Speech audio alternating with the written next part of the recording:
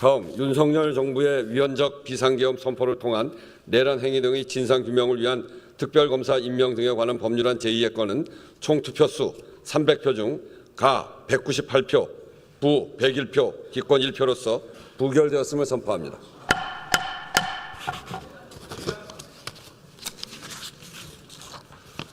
다음 윤석열 대통령 배우자 김건희의 주가 조작 사건 등의 진상규명을 위한 특별검사 임명 등에 관한 법률안 제2의 건은 총 투표수 300표 중 가 196표, 부 103표, 무효 1표로서 부결되었음을 선포합니다.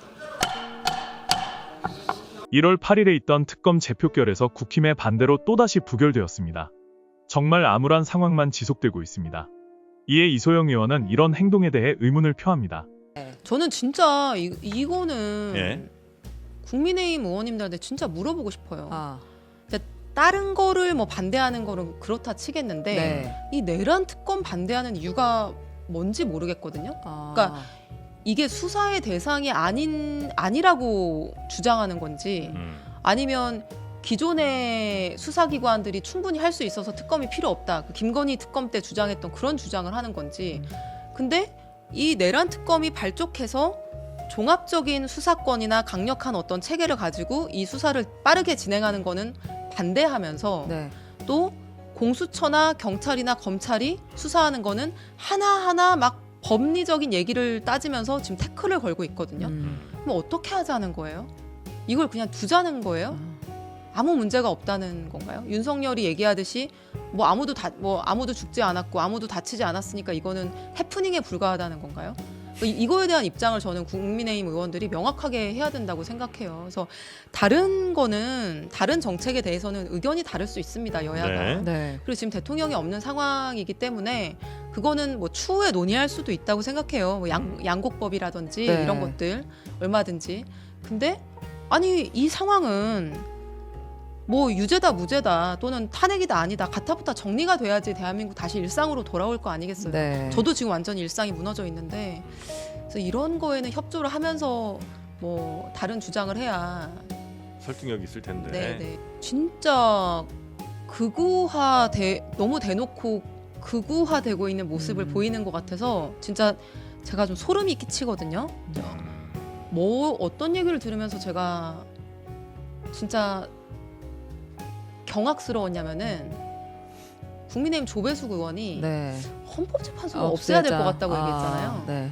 그러니까 경찰도 틀렸고 법원도 틀렸고 헌재도 틀렸고 우리 말만 맞아. 헌재는 아무래도 해체해야 될 것 같아. 이런 얘기가 현직 국회의원들 입에서 나오는데 지금은 사실 국민의힘 의원들이 적어도 이런 식의 막 나가는 주장이나 발언을 하지는 않았었는데 지금 한 몇 주 오면서 진짜 극단적인. 그래서 아니 이러다가 그 자유통일당하고 합당하고 정광훈 씨를 당대표로 뽑는 거 아닌가 이런 생각이 들 정도거든요.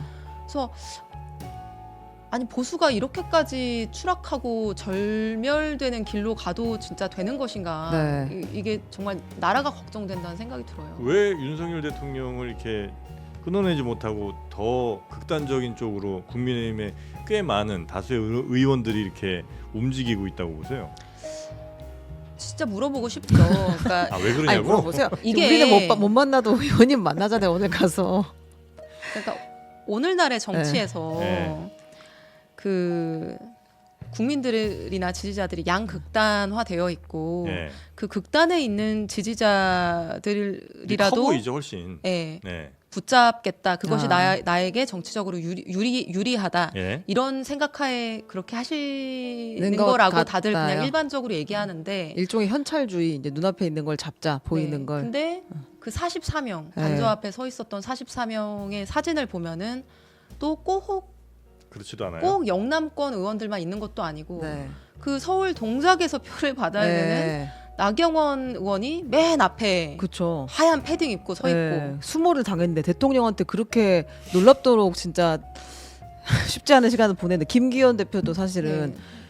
거의 그래서 뭐 내쳐졌는데도 저도 가 있습니다. 너무 그 평범한 국민들의 생각이나 상식하고 괴리되어 있는 것 같아요. 그래서 무엇이 저런 괴리를 만들었을까? 음. 그런 정말 경악스러운 생각이 듭니다. 이런 가운데 국민의힘 안에서는 헌법재판소를 없애자는 목소리도 나왔습니다. 조배수 국민의힘 의원은 어제 기자들과 만나 헌법재판소가 너무 정치 편향적이어서 없애버려야 하는 것 아니냐고 한 겁니다. 명백한 헌법 위반한 윤석열과 보수 세력들은 이 문제를 자꾸만 정치적으로 몰아가려고 하고 마치 자신들의 행위는 정치적인 행위 중 하나인 것 마냥 아무런 문제가 없다는 듯한 행동과 말들 뿐입니다. 범죄를 저지르고도 이토록 뻔뻔할 수가 없습니다. 100분 토론에 나온 정규재와 임지봉 교수의 대화 들어보겠습니다. 그러니까 이제 경호처에 대해서 정당한 영장 집행에 협조하라고 지시할 법적 의무는 대통령에게 있는 거예요. 그런데 지금 잘 아시는 바와 같이 윤 대통령이 직무가 정지된 상황이기 때문에 최고한 대행이 그걸 해야 되는 거예요. 할 수 있다가 아니야. 정당한 영장의 집행이기 때문에 그 지휘권자인 최고한 대행은 경호처에게 하여야 한다. 협조하여야 한다라고 지시를 해야 해요. 네. 법적 의무가 있는 거라고요. 그런데 지금 최고한 대행은 뭐라고 이야기하면 자기는 경제부총리이기도 하고 그래서 이제 민생 안정이라든지 경제 위기 극복에 집중하고 정치적인 문제에는 개입하지 않겠다 그래요. 그런데 과연 이제 정당한 영장 집행에 대해서 협조하라고 자기가 지휘권을 가지는 경호처에 지시를 내리는 게 그 정치적인 문제예요? 그건 법적인 문제예요. 그렇게 지시를 해야 할 법적 의무가 있다고요. 그런데 법적 의무를 계속 지금 이행을 안 하고 있죠? 그러면 형법상의 직무유기죄의 책임을 져야 됩니다. 형법의 직무유기죄는요, 공무원이 자기가 법적 의무가 있는 직무 수행을 거부하거나 혹은 이를 유기하면 3년 이하의 징역, 1년 이하의 징역, 3년 이하의 자격 정지에 처하도록 되어 있습니다. 그래서 계속 만약에 그러한 지시를 하는 것을 최 부총리가 거부한다면 그건 직무유기죄를 범하는 것이고 실제 오늘 민주당에서 고발을 했죠.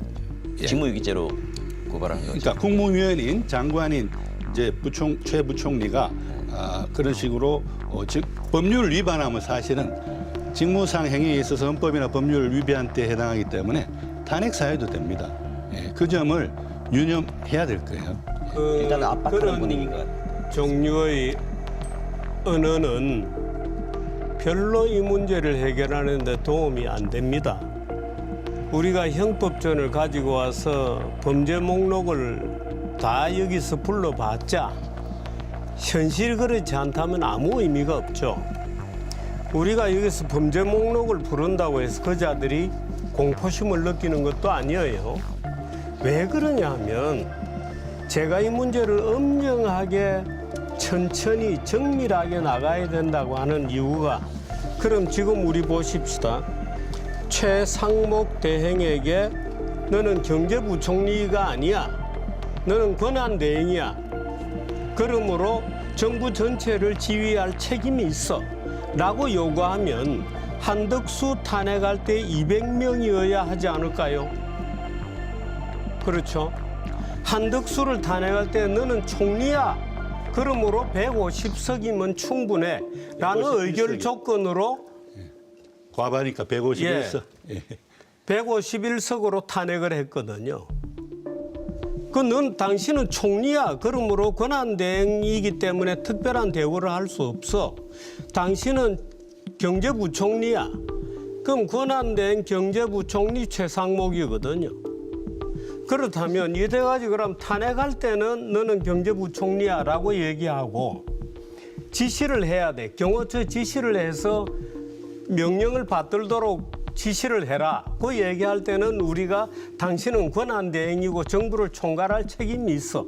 라고 얘기한다면 정부를 총괄할 책임이 있는 것이 아니라 이중의 잣대죠. 경호처에 지시를 내릴 법적 의무가 있다는 아니 거예요. 그러니까 그 이중의 잣대죠. 그러니까 그게 왜 이중의 잣대입니까? 정말 우리가 이해가 안 그걸 돼. 얘기할 때는 예를 들어서 똑같은 잣대를 가지고 엄정하게 빈틈없이 해나가야 되는 거죠. 지금 예를 들어서 그저 강성으로 그저 너는 잡아 넣을 수 있어. 너는 직무유기하고 잡아 넣으면은 그러면 그 다음에는 누가 합니까?